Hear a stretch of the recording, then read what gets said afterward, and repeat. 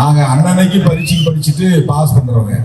உங்களை மாதிரி ஒரு வருஷத்துக்கு முன்னாடியே படிச்சு செகண்ட் ரிவிஷன் தேர்ட் ரிவிஷன் எடுத்து கடைசியில ஃபெயில் ஆரம்பிச்சு. சில பேர் ஒரு வருஷத்துக்கு முன்னாலே பரீட்சைக்கு படிக்க ஆரம்பிச்சிட்டாங்க. அண்ணன் எடப்பாடியார் கிளம்பிட்டார். சிலபஸ் இப்போ ஒரு சிலபஸ் முடிச்சுட்டோம். அடுத்த ரவுண்டு போயிட்டு அடுத்த ரிவிஷன் வருவார். நாங்க எலெக்ஷன் அறிவிச்ச பிறகுதான் எலெக்ஷன் வேலையை செய்வோம். கூட்டத்தில் அங்க வைக்கிற விடுதலை சிறுத்தை கட்சி சொல்றார். அவர் உதாரணத்தை இன்னைக்கு பத்திரிகையில பார்த்தேன். எடப்பாடி பழனிசாமி அடுத்த வருஷம் வருகின்ற தேர்தலுக்கு இப்பவே படிக்க ஆரம்பிச்சுட்டாருங்கிறார். அதுக்கு மேல சொல்றாரு, நாங்கெல்லாம் அன்னைக்கே படிச்சு அன்னைக்கே பரீட்சை எழுதுவோம்னு சொன்னாரு. அப்படியே பையன் எழுதுறாங்க. ஒரு டிகிரி படிக்கணும்னா 3 ஆண்டு ஆகும். அந்த டிகிரி படிக்கிற பையன், அந்த பட்டப்படி படிக்கிற பையன் குறிப்பிட்ட நாள் கல்லூரிக்கு போனா தான் எலிஜிபிள் பரீட்சை எழுதுறதுக்கு. ஏதாவது அன்னைக்கு படிச்சுட்டு போய் பரீட்சை எழுத முடியுமா?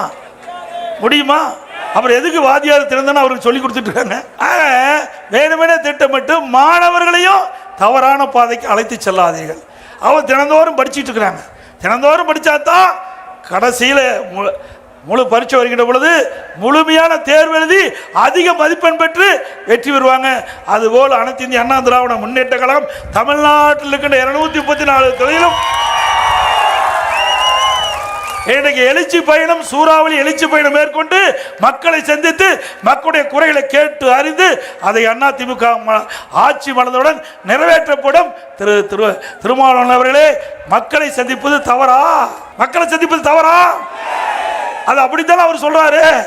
நான் போய் ஊரா போய் மக்களை சந்திச்சுட்டு இருக்கிறேன். இவரு ஒரே இடத்துல இருந்து ஒரே நாள்ல பரீட்சை எழுதி பாஸ் பண்றாரு. எப்படி இப்படிப்பட்ட கட்சியெல்லாம் கூட்டணியில் அங்கமைக்கு திமுகவில் இவரெல்லாம் ஓட்டு போட்டு தேர்ந்தெடுத்தா மக்களுக்கு நன்மை செய்வாங்களா? மக்களை பார்க்க கூடாது என்று சொல்லுகின்ற ஒரே கட்சி விடுதலை சிறுத்தை கட்சி தான்.